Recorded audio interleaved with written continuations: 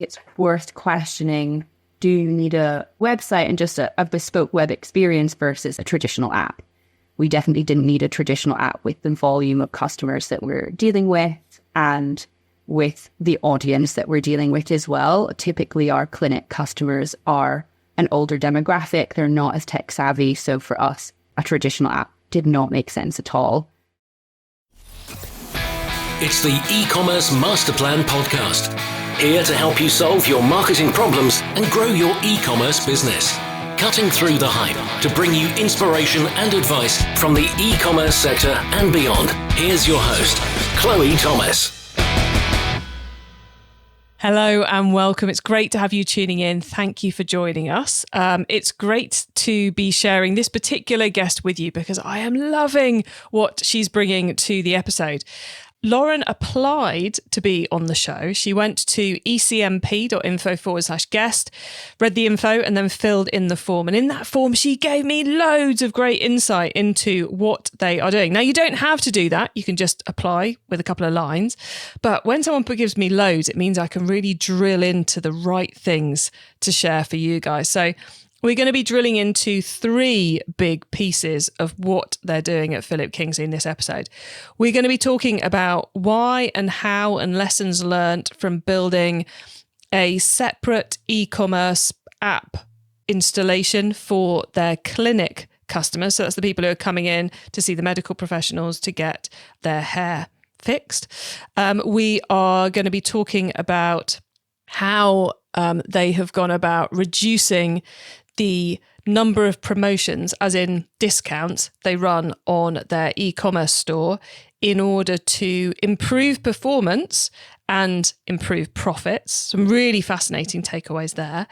And then also on the promo space, we're going to be talking about gift with purchase and how over the last couple of years, they have been optimizing this to, well, I'm not going to tell you what they've done, but because you're going to learn about that shortly, but they did one super simple change and doubled the sales, which didn't affect margin at all. And then they did another change with very little effect on margin that doubled sales again. And all of that without changing the amount you had to spend, the threshold to get that gift with purchase. You're going to have to listen to get all the goody stuff in this one. But brilliant episode coming up. And make sure you listen to the end because Lauren's top tips were also super clever, especially the carbon one. Insight-packed show coming up, everybody. DoFinder's upgraded intelligent product recommendations make it easy to increase your revenue with little effort. The AI-powered system automates cross-selling, ensuring your customers see exactly what they need and what they didn't even know they wanted.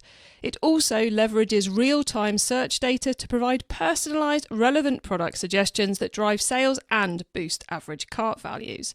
With a simple setup and continuous optimization, DoFinder's recommendations seamlessly integrate into your site, saving you time and resources. Discover the impact of intelligent recommendations today. Start your free trial at dofinder.com and watch your sales grow. Go to ecmp.info/dofinder. That's ecmp.info/DOOFINDER. ecmp.info/dofinder. Have you yet downloaded our ebook? To celebrate reaching episode 500, we've created an epic e-commerce success-focused ebook for you, packed with 500 top tips about how to make your e-commerce store more profitable, featuring the advice of many past guests alongside industry experts and many of you as well, our listeners. I've checked every single tip and organised the whole thing into sections for you, making it super easy to dip in and dip out and take inspiration as and when you need it. This ebook needs to be sat on your desktop or even printed and sat on your desk. Download your free copy right now at ecmp.info/ebook. Get 2024's most valuable e-commerce ebook now, ecmp.info/ebook. And now to introduce our special guest. Lauren Duncan is the head of e-commerce at Philip Kingsley, creators and sellers of trichological hair and scalp products. Founded in the 1950s, Philip Kingsley now sell via their Magento e-commerce store, wholesale via salons and other retailers, and run 2 clinics in London and New York. Their number one hair mask sells 1 unit every 30 seconds worldwide.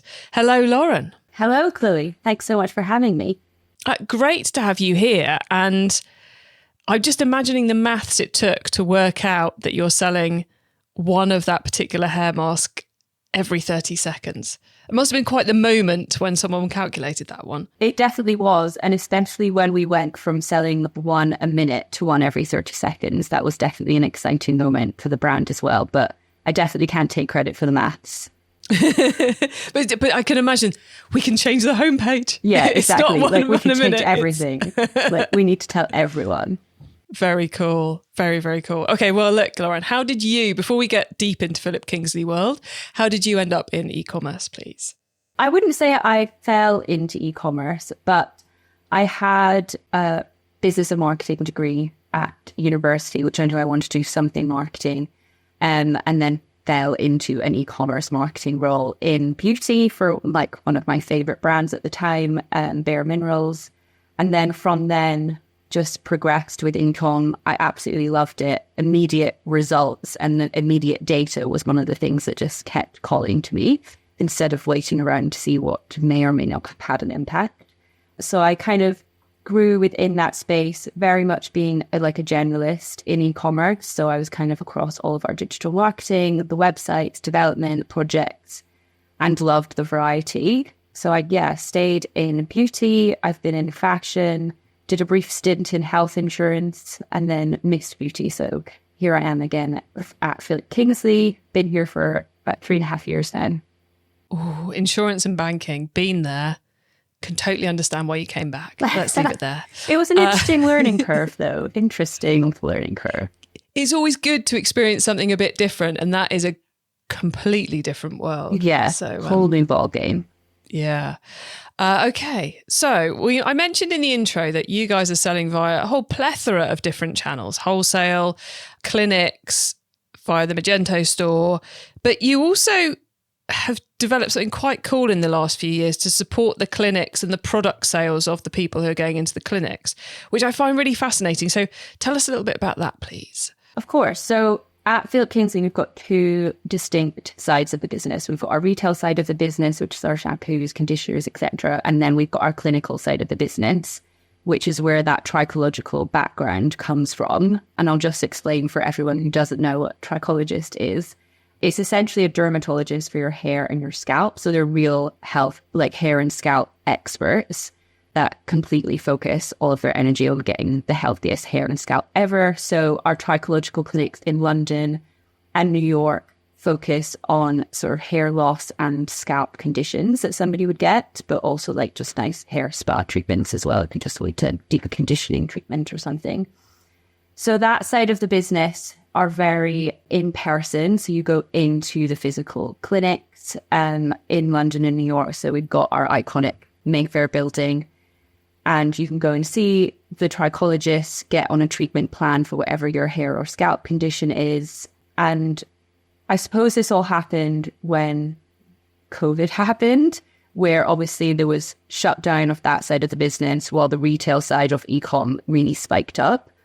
And we were looking at how do we digitize this and safeguard this from just being an in-person, in-clinic customer experience. And at the time, we were also seeing a lot more people evolving their journeys, I suppose, to be a bit more digital first. So that side of the business has been through a total transformation in the last couple of years, which has led us to offering hair loss and scalp care subscription bundles through our Magento storefront. So we've added a new storefront specifically for the clinic side of the business that has an assessment at the front of it and will determine if you can qualify for one of the subscriptions, because obviously it's a prescription product, which has another host of complications and processes that we need to make sure we're following.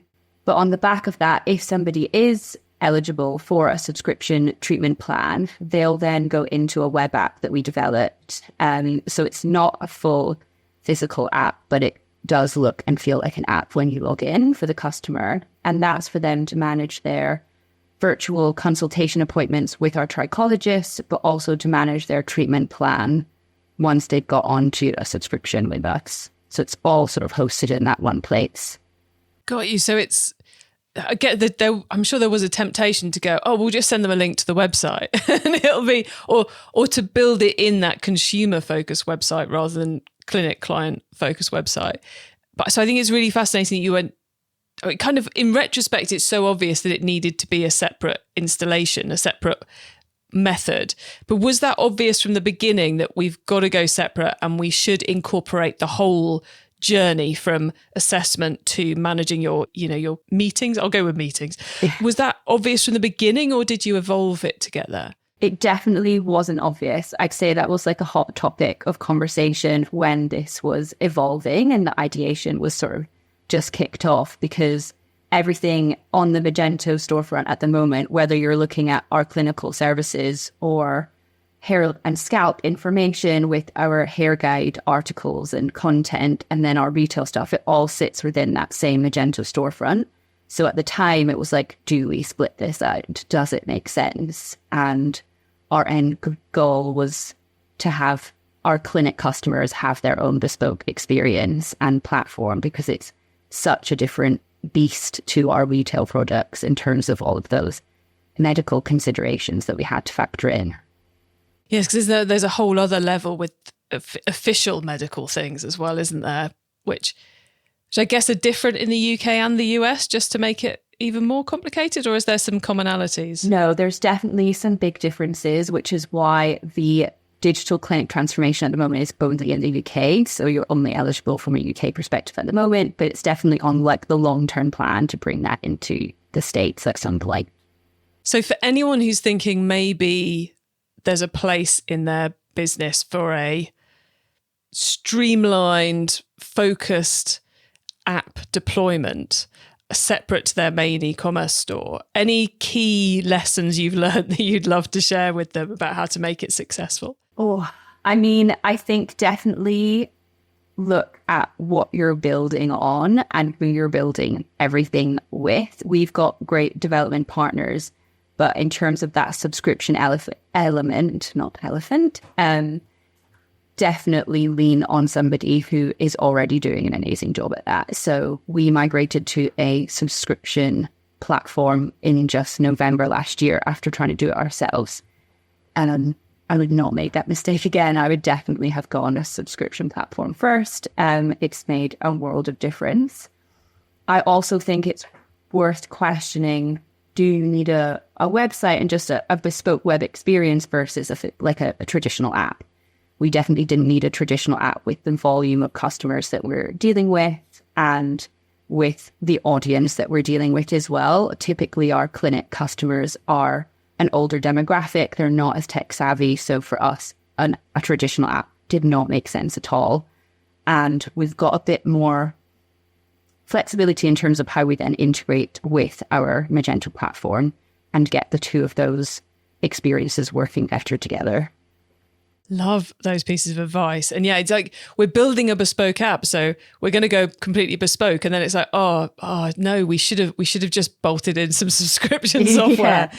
It's I could totally understand how you would have not gone in that direction, but how it then ends up making sense. Cool, thank you for sharing that with me. It's so infrequently we come across somewhere where it's worth having an app. Yeah, I think a lot of people think an app will solve all our problems, and it's so infrequently has. But before I go off on that rant, you wrote a brilliant application to come on the show, which gave me, as I think we discussed earlier, about 80 things we could discuss, about at least 5 episodes worth. So I've jotted it down to the 2 I find most interesting, one of which was that app. And then the second is on the core e-commerce store. You've been on a mission to improve the profits this year, which is obviously something an awful lot of people in e-commerce are trying to do this year, the new focus on profits. And then a whole load of stuff you've been doing with that. But I think the 2 of the most interesting ones were taking control of the promotions that you're offering to the customers. And one of the steps you took was to drastically reduce the number of promotions you run on the website, which I imagine would fill many people with fear. Yeah. So how's it gone? How's it been? It's been internally painful, but it's been the right decision, 100%. I think we had got ourselves into a dangerous territory of relying on promotions and not going after full price sales. And as you mentioned, I feel like everyone and their mother is going after profitable growth this year more than ever.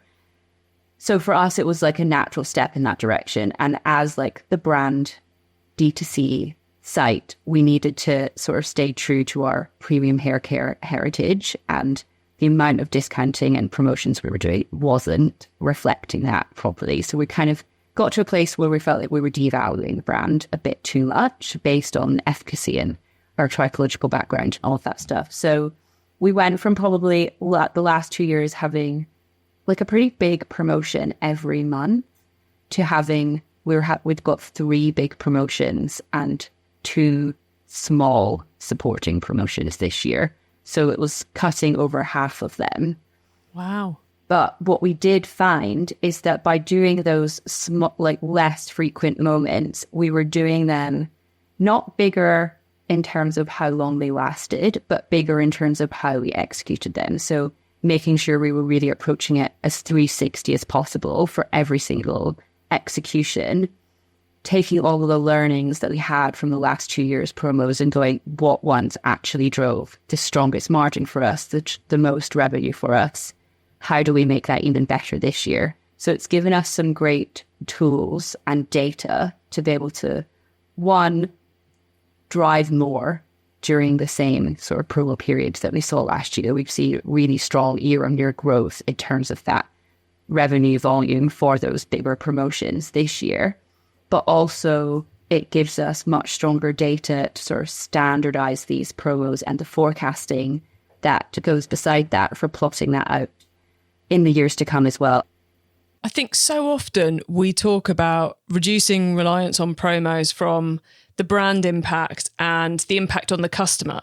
But actually, the point you're making around giving the business the time to make the most of the promotional opportunity and take that full 360, every channel covered, the right application everywhere for that campaign. And then secondly, to review and optimize. It's like, if you're constantly churning them out, it no longer becomes about anything other than trying to hit a sales target rather than the whole other stuff. Yeah. And I feel like we were trying to pinhole promotions into whatever national story there was, that even if it wasn't right for the brand. And, this year we've even, taken these promotions a step further, and we've had bespoke budget to get photo shoots and video shoots done for these moments so they can be as best as they can be. They can look as strong as possible, and all the assets that we're using are fit for purpose. They're designed and shot for these promo moments. So we know that it's reflective of what we're trying to do, instead of just trying to fit, this image in here, let's use this asset here and things like that. So even on that level as well, it's been super interesting to see how we can elevate those moments from a brand awareness perspective or a brand positioning perspective. I love that once you start taking control rather than just churning promo after promo after promo, all these other opportunities come to the fore of actually we could make this even stronger. Now we know what our real objective is. Now we know what we're doing. It will be worth doing a photo shoot for it. So I love hearing how it's evolving for you as well. And then the bit which you told me about in advance, which feeds into this, is another promotion you're running on the site, which is the monthly gift with purchase, which is obviously hugely common in the beauty sector. Free gift, free gift, free gift.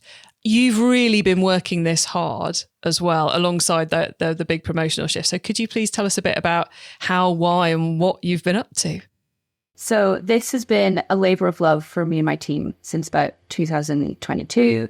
What we were seeing is that we were just doing a very standard gift with purchase every month. It didn't change much in terms of the value we were offering.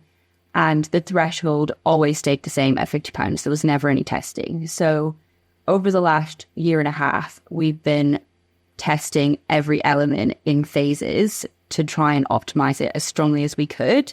So the first test that we put in was actually the creative, which was traditionally just pack shots on a coloured background, very basic, just showing what you get when you spend £50. As a hair care brand, we wanted to add in some hair to our assets.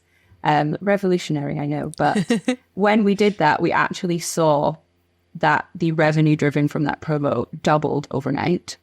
So we literally went from 1 month where it was X, and the next month where we had an asset with hair promoting this gift with purchase, we doubled our revenue. Literally by including hair in the photography, a picture of someone's hair. Yeah, it was absolutely wild. And we were like, okay, then, so we need more hair everywhere. We hear you, customers. You want to see hair. Exactly, which makes total sense. Yeah. So we kept that going for a couple months just to validate that it was working. And then the next thing was improving how we display it across the site. So at that time, we had just installed a personalization software called Nosto, and we used that to sort of highlight the gift with purchase in cart. So to help people see that if you spend X pounds more, you'll qualify for this gift, use code whatever at checkout. That again doubled our revenue basically overnight, month on month. We saw that consistent for the other couple of months. And then we went into testing things like copy formats, where we put the hierarchy on the copy, things like that. And eventually down to testing the threshold. So increasing our average order value, which has been the focus for this year.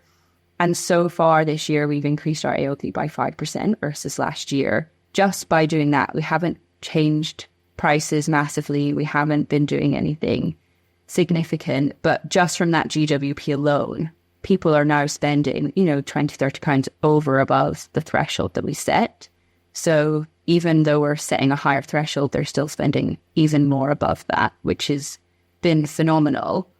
And if we look at comparing where we are now with that gift with purchase revenue versus 2022, we've seen like a 338% increase in our revenue from that single promotion just by doing those optimizations step by step.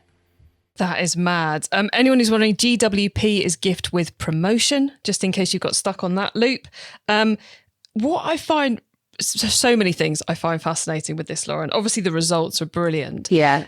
I'm guessing the value of the free gift, the cost to you hasn't changed a lot during all of this. So this is a big margin win, I would assume. Yeah, 100%. If anything, we've actually brought the value of the gift down as we've increased the threshold this year only, not last year, but with our focus on profitability this year, we've set like a limit in terms of what we're willing to give away for what threshold. So it will change depending on what threshold we give away now, but we are much more strict. Nice. And I also love the fact that I think many people, when they go, right, okay, we're going to optimize gift with purchase. We've ignored it for several years. Let's go and see what we do. They'd immediately start playing around with the threshold, with how much money you need to spend to get it. So I love the fact that you didn't do that. You went, how can we optimize what we've already got, what we've already got all this data on, to see what other levers we can pull? What do the graphics need to look like? Where should the wording be? Can we find a way of flagging it in checkout? And kind of optimize the mechanism to the nth degree before you start playing around with the actual threshold. Was that intentional to leave threshold to last? Was it accidental? How were you so clever? It was a happy accident, I would say. I think our nervousness internally was if we do the threshold straight away, we're just going to lose revenue. And that was the thinking really behind it. It was more like a fear decision. Like if we do this, people aren't going to get it, because we were still acquiring so many new customers that we thought they're not going to want to spend over that amount. So it's a bit of a dangerous territory to test first. So we'll start elsewhere and see where that gets us. That makes so much sense. So, a bit scared of that one. Let's see what else we can move. But clearly, in hindsight, an absolutely brilliant happy accident. Doubling the sales by adding hair, I think is just so cool. I know. And such an obvious one as well. Like, we're a hair care brand. We should have hair on so many of our assets. And because of that gift with purchase success, we've rolled that out across so many more of our promotional activity and other assets, and sort of the approaches to our photo shoots and stuff now. We're always like hair everywhere. Bring in some hair, people. Exactly. Bring in some hair. Just a caveat for anyone listening, if you're selling garden products, hair is not going to work for you. You're going to have to find your own version of that, just in case anyone's thinking, Chloe said I needed more hair in my photos. Neither me nor Lauren said that. And then that flagging in the checkout, getting the right tech in your tech stack, which in your case was Nosto, and then being able to flag that to people, again, doubling the sales for very little outlay in the grand scheme of things. So love those. So Lauren, thank you for sharing so much with us.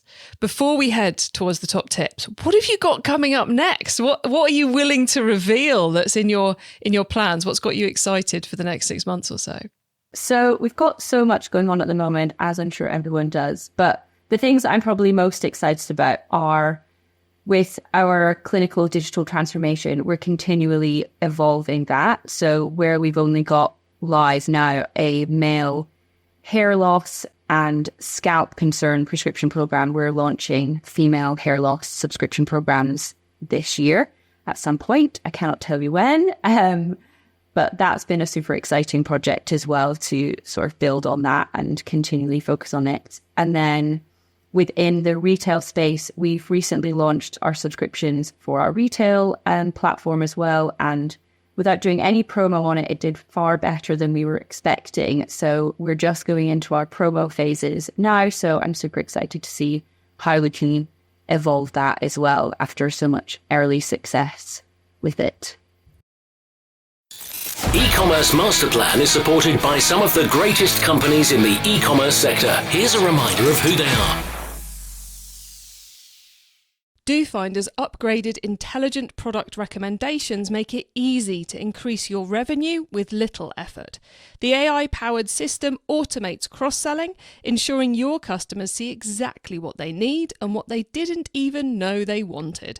It also leverages real-time search data to provide personalised, relevant product suggestions that drive sales and boost average cart values.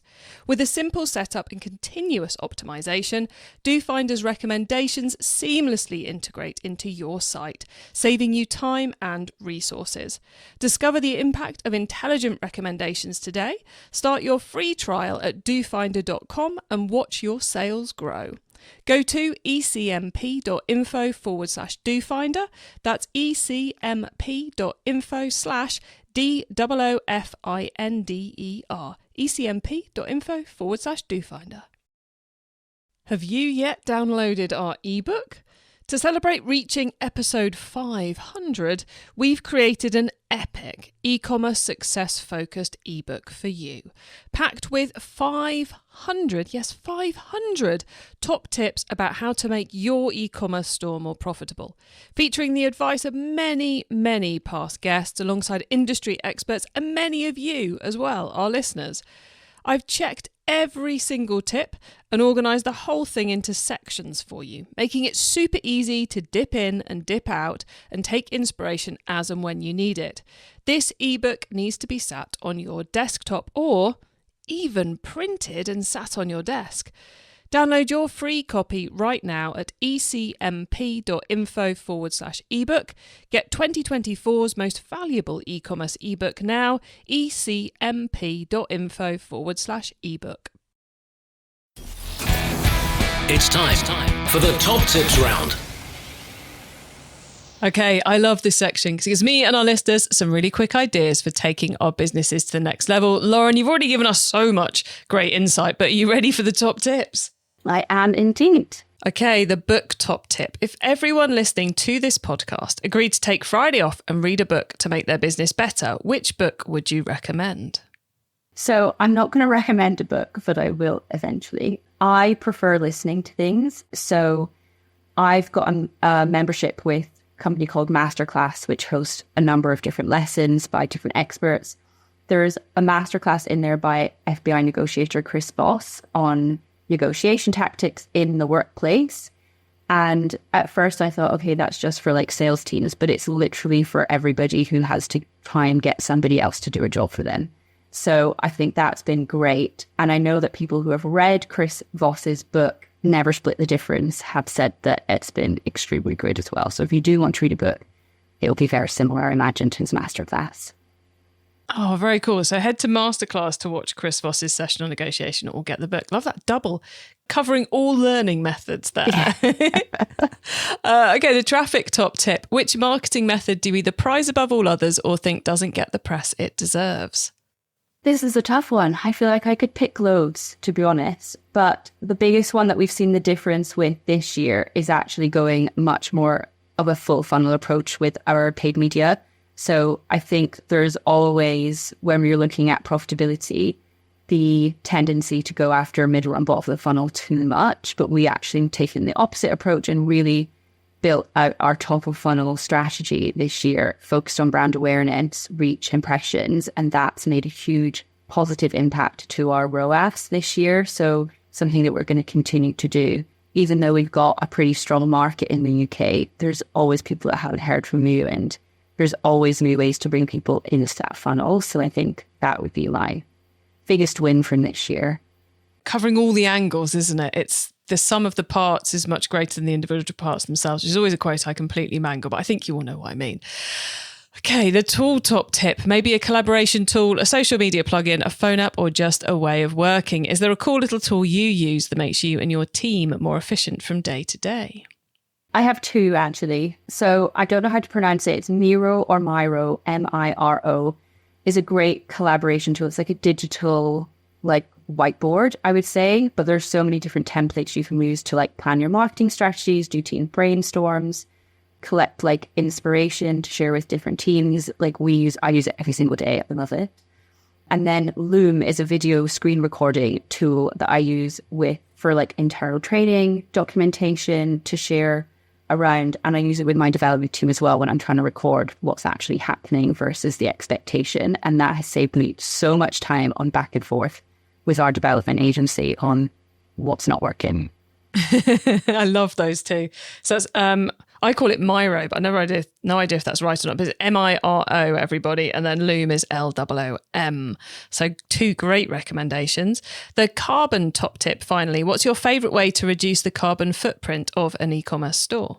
For me, it's definitely our returns process, and this will be applicable to everybody. But for us, people will be opening and using their shampoos and hair masks and things. So for us, it was looking at, is it worth our while? Is it economical? And is it sustainable for people to be sending back products that we're just going to have to get destroyed anyway because they've been open to use? So we typically don't ask for those to come back to us. And we just say to the customer to give them to a friend if they're not suitable for them while we sort out their replacement. So I'd say, look at what that's actually costing you as a business and what impact that could be having on the environment as well. Is it necessary? I think it's quite a ballsy thing to do. I think, like, we talked earlier about the fear of raising the threshold affecting things. I think a lot of people would be worried you'd end up with a tidal wave of people buying product and pretending to return it. I'm doing air quotes, everybody, in case you're wondering. Have you seen that as an impact? Have you got people abusing this, or has it just been a massive cost and carbon saving? Yeah, I think it's just been positive for us. We definitely don't have people abusing it. We do also have like a 90-day money back guarantee, which since we've launched 0.04% of customers take up. So I think it does depend on your average return rates as well. Ours were pretty low, so it wasn't a big risk for us to sort of take. And I think we were probably spending more destroying products than we were getting money back in any way. Just, it didn't make sense for us as a business. I love that example. Thank you so much for sharing it. Lauren, before we say goodbye, could you please let the listeners know where they can find you and your business on the web and social media, please? Of course. So you can find our website at www.philipkingsley.co.uk or .com if you're in America. And you can find us on Instagram and TikTok at Philip_Kingsley. Simple as that, everyone. Lauren, thank you so much for being on the E-commerce Mastermind podcast. It's been lovely chatting with you and learning so much about what you're up to. So thank you for sharing so much with the audience. Thanks so much, Chloe. It's been a pleasure.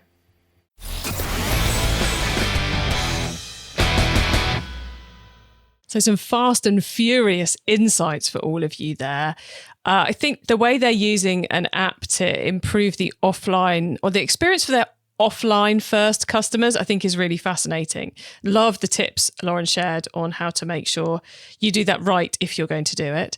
And then all those pieces around how they've optimized their promotional plans in order to, or they're giving away of margin in order to improve their profits, I think is absolutely fascinating. First of all, how they've reorganized their promotional campaigns. So they're focusing on fewer of those a year, but making sure they make the most out of them, which also then means they're not running massive promotions every single day of the year.